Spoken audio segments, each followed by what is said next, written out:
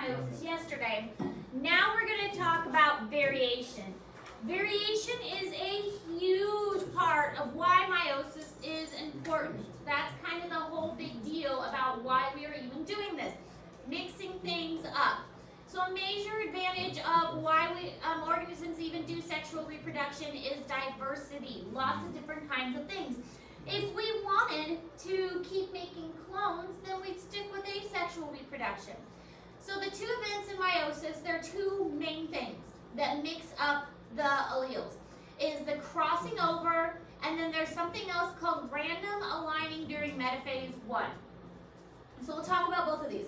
We talked about crossing over a little bit yesterday, and crossing over occurs during prophase 1 of meiosis 1. And crossing over is when you have the two homologous chromosomes that are similar, and they cut off a chunk of each other and they just switch it. So that's what that first picture is showing. Now the other one is a little bit harder to kind of visualize. And this is the random aligning of chromosomes during metaphase 1. But we're going to talk about each one and why each one is important. How they help mix up the genes. That's what the second picture is showing with the blue and the pink alleles.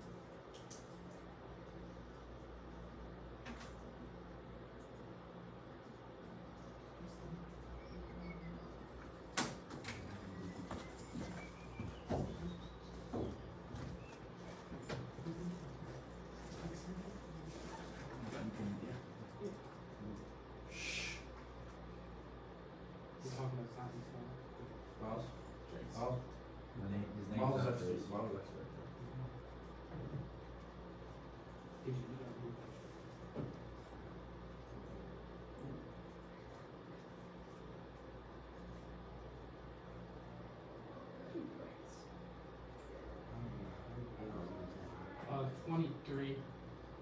I was gonna say this. Correct. So we'll see.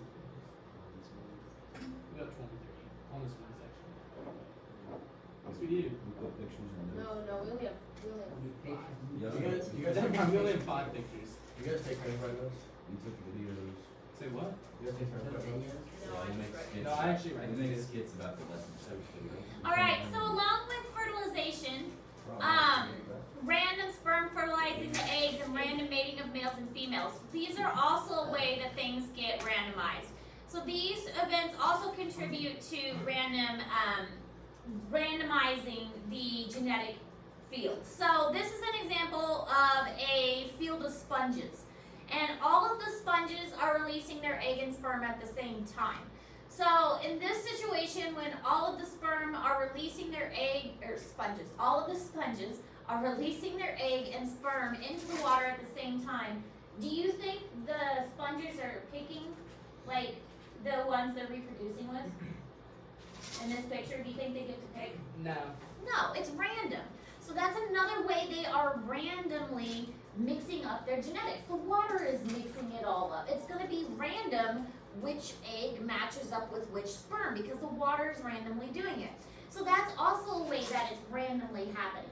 When a egg is fertilized by a sperm, the male typically ejaculates like millions of sperm. So it's random which one of those millions actually makes it to the egg. So that is a way that random fertilization happens. Also, if you think about like a male cat that is roaming around outside, that one male cat can mate with many different females. And it's random which female he comes across. Or deer season, that one male deer can mate with many different females. And so it's random which females he can come across. So all of that will contribute to the mixing up of the diversity in that particular area. That's pretty fun. Wait, Jake, you go back. Two real kids. What One else? of them's fixed. The other's not. This is the one you found by the school. It's not the fix. Yeah. But we keep her inside so she does not, you know. You have babies? Because it's a straight gap. They're not gonna spend money Dude, on it. your dad We're gonna in get practice fixed. today. He was being weird. He was Bray Wyatt. They're talking about some whack stuff. He was saying some sus crap. I'm not Your He was dad? like, yeah, he was like telling Bray Wyatt to like kiss him on the lip or something. You did not Do say that. CPR, Once. like CPR on the lips or something. Yeah. Oh, that was Fisher. Fisher made that up. Anyway, Dude, I heard someone about kissing Bray Wyatt on the lips. so crossing over is where the chromatids of homologous chromosomes condense and align along their length and exchange segments. The reason they're able to do this is because they are similar. If they were not similar, they wouldn't be able to do this. They can only do it with something that kind of matches them. They match up in a similar way, and when they match up in this similar way, they can cut off a chunk and switch it. Because they're not losing anything terribly important because they're switching it with something similar. This takes place in prophase 1 of meiosis 1. This allows for traits to make something completely different. You're getting a brand new chromosome that wasn't there before because you are cutting up a chunk of DNA and mixing it. So imagine like two pieces of Play-Doh next to each other, and then you cut a piece of Play-Doh and you put it up, you switch two pieces of that Play-Doh, and now you've got two new pieces of Play-Doh because you just cut off a piece of it. So crossing over allows for the completely new creation of something. Now, I mean, granted, this can allow for things to go wrong too. Doesn't always allow for things to go right. So it can allow for mistakes, but sometimes those mistakes are good. We can use these as chromosomes. Good, look at you thinking about it, Lugo. I can be in. Now, but we'll take this box off your hands. I'm being in your group. No matter what. I'm saying if I'm in the group. There can be one group of three. Exactly. There can be. Yeah, Doesn't mean there what will if- be. There has to be. What if no one wants, like, what if a group doesn't want a person? Because they usually Usually what? slack. Slack off. What do I slack off on?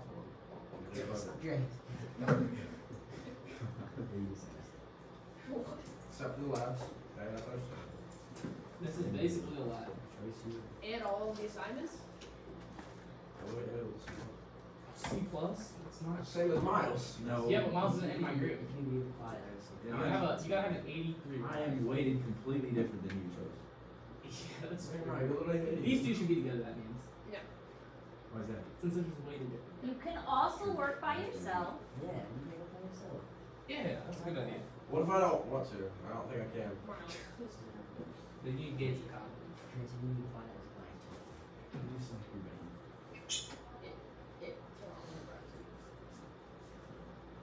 The chromosomes were duplicated during interphase, and the sister chromatids are now in thin thread-like form. Each chromosome becomes zippered to its homologue, so that all four chromatids are closely aligned. The chromosomes are tightly aligned, but we will show them as separate so that you can visualize what's happening. Intimate contact between the chromosomes allows crossing over. Non-sister chromatids break at the same places along their length and exchange corresponding segments. As prophase 1 ends, the chromosomes unzipper from one another, except for at the places where they physically cross. These places are called chiasmata. What is the function of crossing over?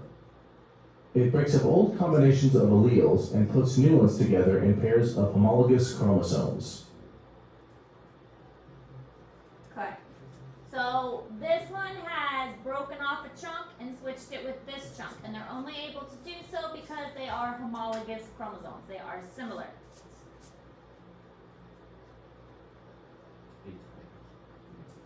So here we can see, one of the things I also want to mention is that if you have similar pieces, it's only going to be able to cross over if there's like a big gap in between them. So there will be crossing over here, but since there's like a little gap here, there's not as much of a chance for crossing over to take place in the small gap. Crossing over is more likely to take place where there's a big gap in between, but like right here where there's little, that's not as likely to have crossing over take place. Crossing over is more likely to take place in big gaps than little gaps. Alright, this is in Google Classroom, but this concept is not quite as easy to understand as crossing over is. Chromosome segregation. So this also creates variety and diversity and genetic variation. But what happens here is in metaphase 1 of meiosis 1, when everything is lining up, when the homologous chromosomes are lining up, they line up not in a single file line, but they line up with their pairs. Sometimes, if you look at the little picture, the blues line up on one side and the pinks line up from the other. Remember, like the blues are representing like mom and the pinks are representing dad. When we look at them, they're obviously not going to be blue and pink under the microscope. We just draw them at that so we can kind of keep them straight in our heads. But one is from one parent, one is from the other. We don't know which is which. But the idea is that one is going to get pulled into one cell and one is going to get pulled into the other cell. We don't know which cell they're going to get pulled into because the way that they line up during metaphase is random. So we could have all blue get pulled into one cell and all red get pulled into one cell. We could have 5 blue get pulled into one cell and then 18 red get pulled into the other cell. Because remember, we have 23 chromosomes we're working with here, 23 from each parent. So we could have 3 red get pulled into one cell and 20 blue get pulled into the other. There are a huge number of possibilities of the way they can get separated out. But this is only possible during metaphase 1 of meiosis 1 because that's when the homologous chromosomes line up. So you can see just a couple combinations here at the bottom. So we got 2 blue and then, 3 blue and 3 red. And then we've got on the next one, we've got 2 red and then 2 blue on that side. And so that's just, 4 combinations using 3 chromosomes. And so if you imagine 23 chromosomes that we've got to work with, imagine all of the different combinations of them lining up randomly during metaphase 1. So this results in different combinations in the final 4 gametes.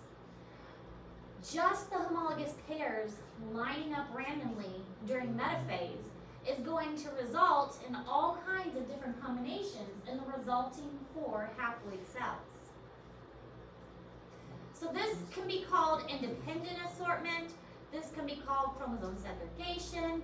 This can be called random assortment. There's several different names. Usually it's called independent assortment is what it's called most of the time.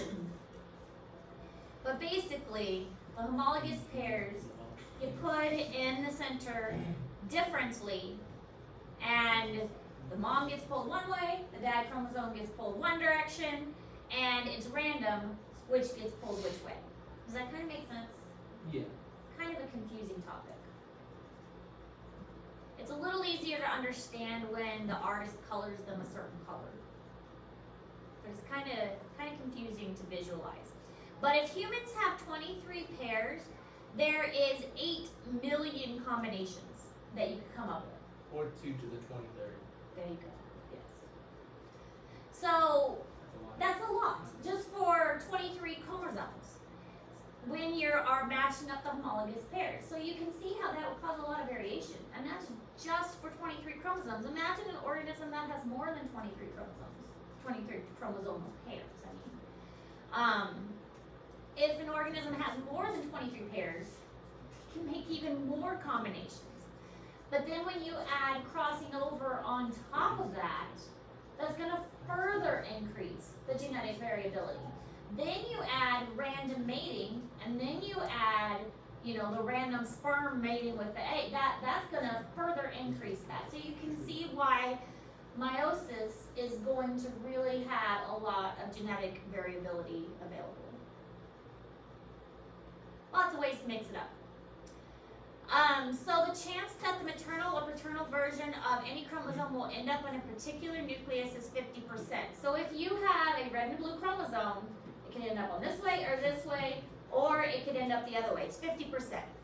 The spindle randomly segregates the homologous chromosomes during meiosis 1. It's 50% which way it could end up. 50% you get one side, 50% you get the other side.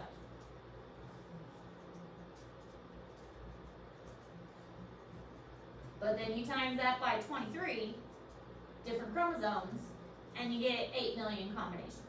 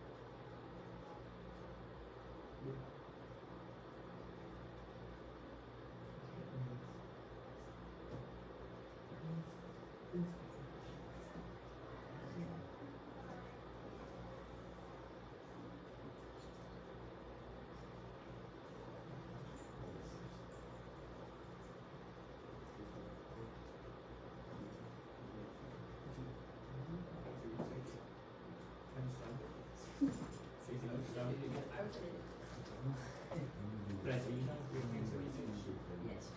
Just eat. It shouldn't be too hard. It's a pretty broad. I have a question about that. Yeah. The cancer Well, yeah, research I'm doing paper, lung do you cancer. focus on like a certain kind of lung cancer, or just do like lung cancer? You could do lung cancer in general. Okay, I was gonna say, because I did just kidney cancer in general, but most of it focuses on a certain kind. Skin cancer. I am, but I don't know. I gotta focus on like melanoma. This is a cell during metaphase 1. For each pair of chromosomes, any gamete produced by this cell could contain either the maternal chromosome or the paternal chromosome. How many different combinations of maternal and paternal chromosome? You guys know what maternal and paternal means, right? Yeah, it's Maternal mom, and dad. paternal. They use maternal and paternal a lot in here, and that even for me, after hearing it a while, I mean, it gets like not confusing, but I think they say it too much in this video. Are possible in the gametes produced by a cell with 3 pairs of chromosomes. First, imagine this is the situation in metaphase 1. All 3 maternal chromosomes are attached to the spindle nearer to the lower pole, while the 3 paternal chromosomes are attached to the spindle nearer to the upper pole. In this case, the 3 paternal chromosomes will migrate in one direction, while the 3 maternal chromosomes will migrate in the other direction. Each gamete will contain either all paternal chromosomes, type 1, or all maternal chromosomes, type 2. Any given chromosome arrangement produces 2 types of gametes, because there are 2 sets of homologous chromosomes migrating in opposite directions. In order to answer the question about the total number of types of gametes, we will need to know how many different chromosome arrangements are possible. Each homologous pair aligns randomly with respect to the other homologous pairs, so all possible arrangements are equally likely. Here's a second possible arrangement of the chromosomes at metaphase.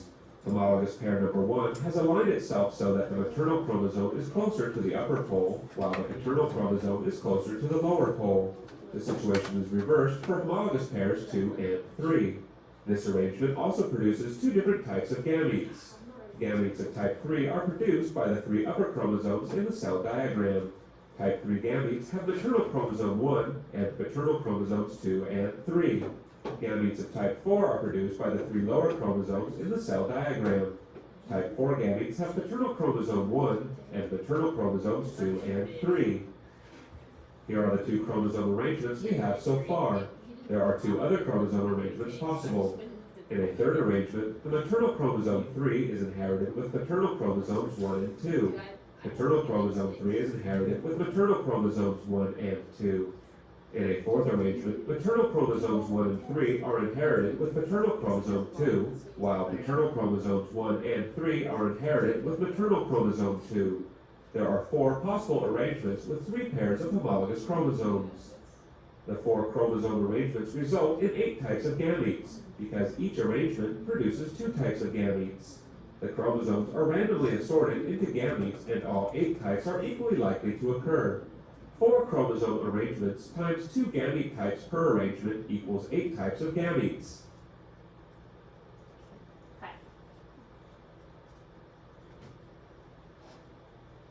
This is showing the process, and this is in Google Classroom. So we've got 3 different combinations that are possible. Well, 3 different chromosomes. This is just simplifying it by showing 3 different chromosomes. So if we have, saying that blue is dad and pink or red is mom, then we can have them line up this way. This is one way they can line up. And so when we have 4 cells, they could split into 4 cells, and this would be 1 cell, 2 cell, 3 cell, 4 cell. If we had them line up in this way, they would get pulled out, and then this is 1 cell, 2, 3, and 4. So by the time meiosis is done, this would be the combination in each of the 4 cells. If we had this way lined up during meiosis, metaphase 1 and meiosis 1, these would be the resulting cells. And again, this would be another combination. This would be the 4 haploid cells. So each one of these would result in a different cell. All of these combinations are different. All of our cells would result in different genetic combinations. So just a way that we can mix up our chromosomes and have all kinds of different combinations. All right. This is what I'm gonna do. Let Tyler in, and then as soon as Tyler needs to get out, we need to lock the door. Actually, just get Tyler's lunch for him. Yeah, Get Tyler's lunch for set him. it at the door. Yeah, set it at the You door. lock Brody out. That's true. You can't lock Brody out. It's right here. Is that what you're trying to do, is lock Brody out? Yes. exactly what they're Why? He's gonna stay in the lunchroom. No, he doesn't. There's nothing wrong with him coming in here. He's a distraction. No, he's not. He doesn't bother anybody. Distracts the heck out. Dude, just set it outside the door. No. Trace, don't do it. No. I'm gonna open it back up. No. Trace is not in our group. So. Yeah, this I'm gonna, when I see him, be like, Trace, this is exactly why you're not in order. I'm not gonna let you lock Brody out. I'm gonna open the door for you. And then Critical He doesn't hurt anybody. He sits over here and he minds his own business and he doesn't even Trace, he could be talk your partner. to you. You guys interrupt his order. I I be a think he just partner. needs to eat lunch like Yeah. everybody else. I think we Out of interrupt his lunch lunch, actually. I think we bother him. See? I'm Exactly. definitely He doesn't hurt anybody. He doesn't even talk to you. He's quiet. He can come in here. Big to pass. I'm the Go, teacher and Tyler, I go, say go, it's okay. go. Trace, come and sit down. They're trying to lock Brody out. But I say Brody can Trace. come in. Trace, stop. Trace, open the door. This is why. what? Yeah. You Dude, guys- he's gonna come crashing. You guys already told me to. No. I didn't say I never said that. Yeah, well, I did. I did. Right. Tyler, you can eat. They were trying to get the lunch. Okay, I guess I'll so just they eat could lunch in here lock Brody today. out. Yeah, Tyler. I don't have a fork. It's also cold. No, Trey, no, Good to eat your hands. no, no, dude. He's gonna show up as soon as she unlocks the door. You're Yeah, gonna dude, lock Brody out. he's just gonna be there. That is. Turns out he just spawned in the Bye. closet. I have a heart It's just attack. in the closet sometimes. You go to the Oh, other. no, there's forks out there.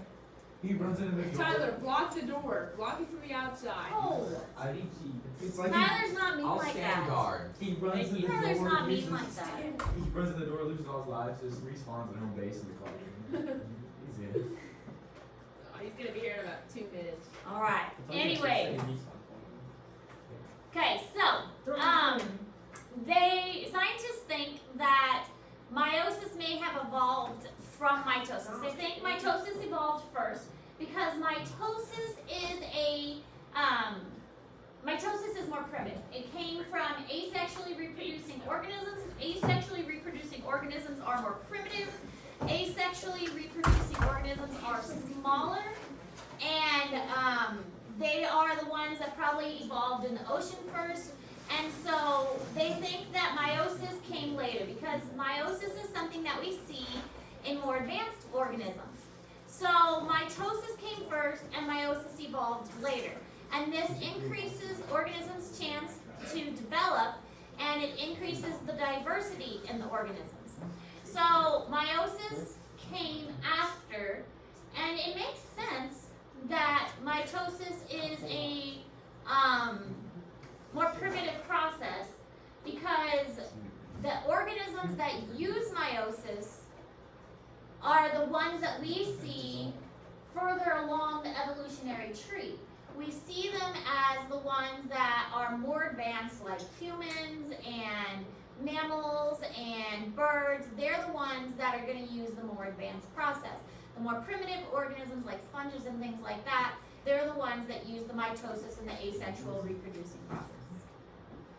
We already did this. That's not gonna be easy. That's just like a thing we need to have for. This is your first paragraph. We'll listen to it. Let me just. My first paragraph was like talking about. Yeah, that's mine. During interphase, the chromosomes will be duplicated in preparation for mitosis, which divides the chromosomes, and cytokinesis, which divides the cell's cytoplasm. In early prophase, the duplicated chromosomes begin to condense. Each chromosome consists of 2 sister chromatids, joined at the centromere. Chromosomes continue to condense. New microtubules assemble and move one of the centriole pairs to the opposite side of the cell. The nuclear envelope begins to break up. During the transition to metaphase, the nuclear envelope breaks up completely. Microtubules penetrate the nuclear area and form the spindle apparatus. Many spindle microtubules become attached to the sister chromatids of each chromosome. The two-way pulling of microtubules from both poles drags the chromosomes to the spindle equator. At this stage of mitosis, they are at their most condensed form.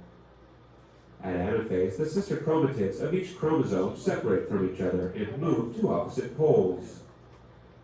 Telophase gets underway once the chromosomes arrive at the spindle poles. The chromosomes decondense and patches of new membrane fuse to form 2 nuclear membranes. Mitosis is now complete.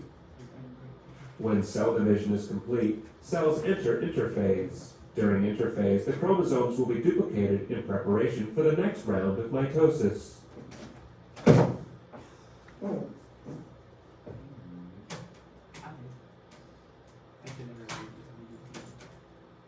This is one of the cornerstones of life. It's a process called meiosis, and it happens every single time any of us make either a sperm or an egg. Essentially, meiosis is a way in which our genome can shuffle itself. So imagine that a pair of chromosomes is like this set of cards. Black from your mother, 2 on ace, red from your father. So what happens during meiosis, during the formation of sperm and eggs, is that bits of the chromosomes swap over. This is called recombination. So for example, the 2s might swap like that, and then maybe a bigger chunk of 5s and 6s and 7s swap over like that. And what you end up with is 2 complete chromosomes that are a mix, they're shuffled from the mother and from the father. Now, what is particularly interesting is the places on the genome where recombination actually occurs. They're here, and here, here, and here, and for the 2s, there. We call these areas recombination hotspots. Why they were hot was a mystery, but recent research may be changing that. They're not spread randomly on the chromosome, they're more likely to happen in some places than others. And we've learned that they actually tend to happen in very small regions. But one of my colleagues was able to look in detail to try and find out what's special about those regions. And as a consequence of looking, he found that there's a particular sequence of letters, 13 base pairs, we call it a motif, which is a kind of signature or a signal for a region to be a hotspot. And this is that 13-letter motif. This is the short section of DNA that pinpoints the precise location of recombination.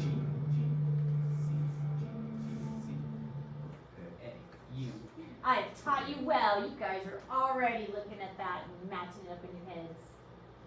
All right, and this is in Google Classroom already. Just comparing the combination. We've already actually looked at something similar to this, mitosis versus meiosis, just a side by side with mitosis on the top, meiosis at the bottom. Genetically identical for mitosis, starting with the parent cell, ending with two cells that are the same as the parent cell. Meiosis, we have a parent cell ending up with genetically different resulting cells. Another thing that we need to mention as well is how the sperm and egg form. They're in a male, the formation of the sperm, when the gamete actually divides by meiosis, all 4 of the resulting cells actually turn into sperm. So it's a little bit different in a female. So we start off with one egg, it goes through meiosis, all 4 of them actually end up as sperm. That's one of the reasons why a male has so many sperm, is because each single cell does end up as 4 sperm. This process is called spermatogenesis. Mackenzie Curtis, please report to the office. In the essence of time, we're actually going to skip the video about spermatogenesis. It is a little bit complicated. We'll get into it a little bit more when we talk about body systems. But basically, you start with one cell, you end up with 4 cells, and all 4 cells do get into turn into a sperm. Now, with egg formation, it's called oogenesis. It's a little bit of a funny name. You start off with 1 cell, but only one of those resulting 4, by the time meiosis is done, only one of those end up as an egg. The other 3 are what are called polar bodies. So they kind of serve different purposes to sort of help the eggs, but only one of them actually ends up as an egg. So the other 3 are not eggs. So one of them is an egg, the other 3 are not eggs. The other 3 are polar bodies that kind of have different functions, which we'll get into a little bit more, especially if you take anatomy. So egg, not eggs. But again, we'll skip oogenesis for the sake of time.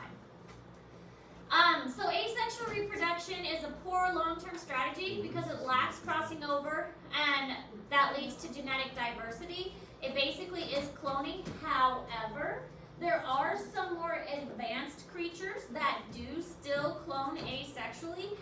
This lizard is a group of lizards that are all female.